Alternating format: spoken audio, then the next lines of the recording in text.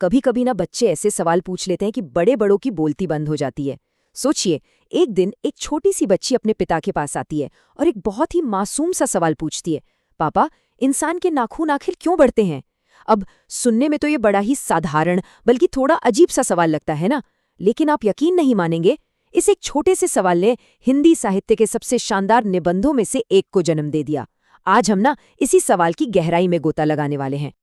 आज के इस विश्लेषण में हम मशहूर लेखक हजारी प्रसाद द्विवेदी जी के क्लासिक निबंध नाखून क्यों बढ़ते हैं को डीकोड करने वाले हैं। अब देखिए, ये कोई बायोलॉजी क्लास का टॉपिक नहीं है। ये असल में हमारे मानव स्वभाव, हमारे गहरे इतिहास और हमारी प्रवृत्तियों का एक बहुत ही दिलचस्प आईना है। एक तरह से ना इसके जरिए हम सचमुच अपने खुद के अंदर झांकने वाले हैं। तो चलिए देखते हैं आज हम किन किन चीजों पर बात करेंगे। शुरुआत करेंगे उस मासूम सवाल से, फिर देखेंगे नाखूनों से लेकर बम तक का सफर, उसके बाद बर्बरता का रूपक, हमारी कला और परंपराएं, इंडिपेंडेंस बनाम स्वाधीनता का वो बड़ा दिलचस्प भाषाई फर्क, और आखिर में मानवता की जीत। तो बिना किसी देरी के शुरू करते हैं हमारा पहला भाग, एक मासूम सवाल और ये दिलचस्प बायोलॉजिकल मिस्ट्री। तो जब द्विवेदी जी के बेटी ने उनसे ये सवाल पूछा ना, तो वो सच में पूरी तरह हैरान रह गए। उन्हें उस वक्त कोई जवाब ही नहीं सूझा और बस इसी सोच विचार में उन्होंने ये पूरा का पूरा पाठ लिख डाला। अब यहाँ एक बड़ी दिलचस्प बात है, ये कोई साधारण कहानी नहीं है, बल्कि एक ललित निबंध है। मतलब एक ऐसा जॉनर जिसमें तर्कों और इंटेलेक्चुअल बातों के साथ साथ कविता जैसी खूबसूरती और इमोशंस भी पिरोए गए हों। ये बात याद रखिएगा, क्योंकि इसी से हमें इस लेख के दार्शनिक अंदाज का असली मजा आएगा। चलिए अब कहानी को इतिहास से जोड़ते हैं। भाग 2, पंजों से लेके बम तक, हथियारों का एवोल्यूशन। अगर हम मानव इतिहास पर नजर डालें ना, तो एक बहुत ही डरावनी लेकिन एकदम सच्ची तस्वीर सामने आती है। द्विवेदी जी हमें सीधे आदिमानव के युग में ले जाते हैं। सोचिए, जब इंसान जंगलों में रहता था तो सर्वाइवल के लिए, अपनी रक्षा के लिए उसे हथियारों की सख्त जरूरत थी, और तब उसके नाखून ही उसके असली हथियार हुआ करते थे। बिल्कुल, उन्हीं नाखूनों से वो शिकार करता था, अपनी जान बचाता था। लेकिन फिर क्या हुआ? हमारा दिमाग विकसित हुआ, हमने जानवरों की हड्डियों का इस्तेमाल शुरू किया, फिर लोहे के हथियार बनाए, और उसके बाद तो जैसे बंदूकों और बमों की झड़ी लग गई। और 1945 में हिरोशिमा और नागासाकी का वो खौफनाक मंजर, उसे कौन भूल सकता है? मतलब जो हथियार कभी सिर्फ अपनी जान बचाने के लिए थे, आज वो सिर्फ और सिर्फ अपना पावर दिखाने और दूसरों पर हमला करने के लिए बन गए हैं। है ना हैरान करने वाली बात? और यहीं से निकल कर आता है इस निबंध का सबसे दमदार मेटाफोर। भाग 3, बर्बरता का रूपक, पशुता बनाम मनुष्यता। तो यहाँ लेखक के विचार एकदम साफ और शानदार तरीके से उभर कर आते हैं। द्विवेदी जी कहते हैं कि देखिए, नाखूनों का बढ़ना एकदम बायोलॉजिकल प्रोसेस है, इसे हम रोक नहीं सकते। बिल्कुल वैसे ही जैसे आज दुनिया में हथियारों की होड़ नहीं रुक रही है।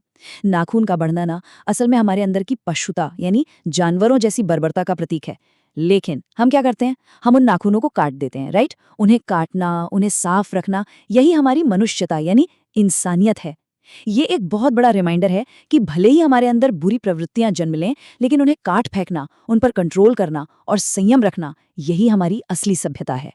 लेकिन एक मिनट रुकिए, हमारा इतिहास हमेशा सिर्फ मारकाट और बर्बरता का तो नहीं रहा है ना। आइए इस दिलचस्प पहलू को देखते हैं।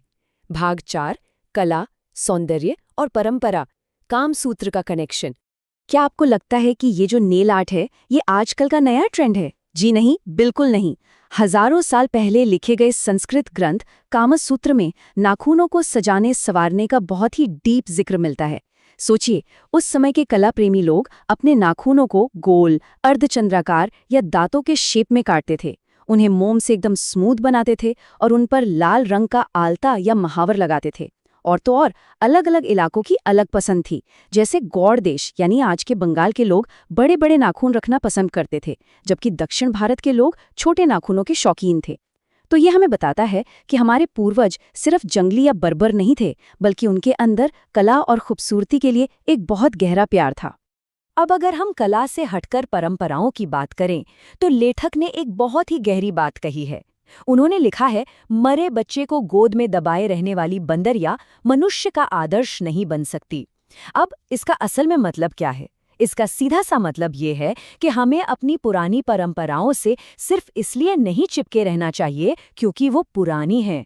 अगर कोई समाज पुरानी और सड़ी गली कुप्रथाओं को नहीं छोड़ेगा ना, तो वो कभी भी आगे नहीं बढ़ पाएगा। इसी पॉइंट को आगे बढ़ाते हुए उन्होंने महान कवि कालिदास की एक बात का जिक्र किया है कि भाई सब कुछ जो पुराना है वो हमेशा अच्छा नहीं होता और सब कुछ जो नया है वो हमेशा खराब नहीं होता। समझदार लोग वही होते हैं जो पुरानी और नई दोनों चीज़ों को अच्छे से परखते हैं और जो समाज के लिए सच में फायदेमंद होता है बस उसी को अपनाते हैं। हमें भी ना पुरानी और नई सोच के बीच बस यही बैलेंस बनाकर चलना चाहिए। चलिए अब इस निबंध के एक बहुत ही खास हिस्से की तरफ चलते हैं जिसका कनेक्शन सीधे हमारे स्वतंत्रता संग्राम से है। भाग 5, इंडिपेंडेंस बनाम स्वाधीनता, एक भाषाई विकल्प। बात है 15 अगस्त 1947 की। जब भारत आज़ाद हुआ तो अंग्रेजी अखबारों ने क्या लिखा? Independence day. अब अगर आप इंडिपेंडेंस का सीधा अनुवाद करें तो वो बनता है अनाधीनता, यानी किसी के अधीन न होना, एब्सोल्यूट आज़ादी, जहां आप पर कोई रोक टोक नहीं है। लेकिन हमारे हिंदी अखबारों ने इसके लिए एक बहुत ही शानदार शब्द चुना, स्वाधीनता दिवस। स्वाधीनता का मतलब पता है क्या है? स्वयं के अधीन होना, यानी खुद पर कंट्रोल रखना। हमारी भारतीय संस्कृति में आज़ादी का मतलब मनमानी करना बिल्कुल नहीं है, बल्कि आत्मसंयम, डिसिप्लिन और मोरालिटी के साथ खुद को बांधना है। ये हमारी ना एक बहुत बड़ी दार्शनिक जीत है और द्विवेदी जी इसी शब्द को हमारे लिए सबसे परफेक्ट मानते हैं। और इसी आत्मसंयम से जुड़ता है हमारा आज का आखिरी और सबसे अहम हिस्सा, भाग 6, मानवता की जीत और आगे का रास्ता। तो बड़ा सवाल ये है कि हमारे अंदर जो ये पशुता लगातार बढ़ रही है, ये जो हम दुनिया भर में रोज युद्ध और मारकाट की खबरें सुनते हैं, इसे आखिर रोका कैसे जाए? इसका जवाब हमारे इतिहास के महान विचारकों के पास है। महात्मा बुद्ध ने हमें दया और करुणा का रास्ता दिखाया कि हम दूसरों के दर्द को समझें। वहीं महात्मा गांधी ने हमें सत्य और अहिंसा सिखाई। देखिए, सिर्फ सुख सुविधाएं इकट्ठी कर लेना ही सच्ची खुशी नहीं है। सच्ची खुशी और इस मानवता की जीत तभी होगी जब हम दूसरों की भलाई के बारे में सोचेंगे और स्वाधीनता यानी अपने खुद के ऊपर एक संयम रखेंगे। तो इस पूरी चर्चा के बाद हजारी प्रसाद द्विवेदी जी का ये निबंध हमारे सामने एक बहुत बड़ा सवाल छोड़ जाता है। क्या हम अपने अंदर छिपे इस जानवर को, इन प्रतीकात्मक नाखूनों को बढ़ने देंगे और हथियारों के इस अंधी दौड़ का हिस्सा बन जाएंगे, या फिर हम संयम, करुणा और एक सच्ची इंसानियत का रास्ता चुनेंगे? चॉइस पूरी तरह से हमारी है। आज के इस गहरे विश्लेषण में हमारे साथ जुड़ने के लिए बहुत बहुत शुक्रिया। उम्मीद है आपको कुछ नया सोचने का मौका मिला होगा। मिलते हैं अगली बार एक और दिलचस्प विषय के साथ।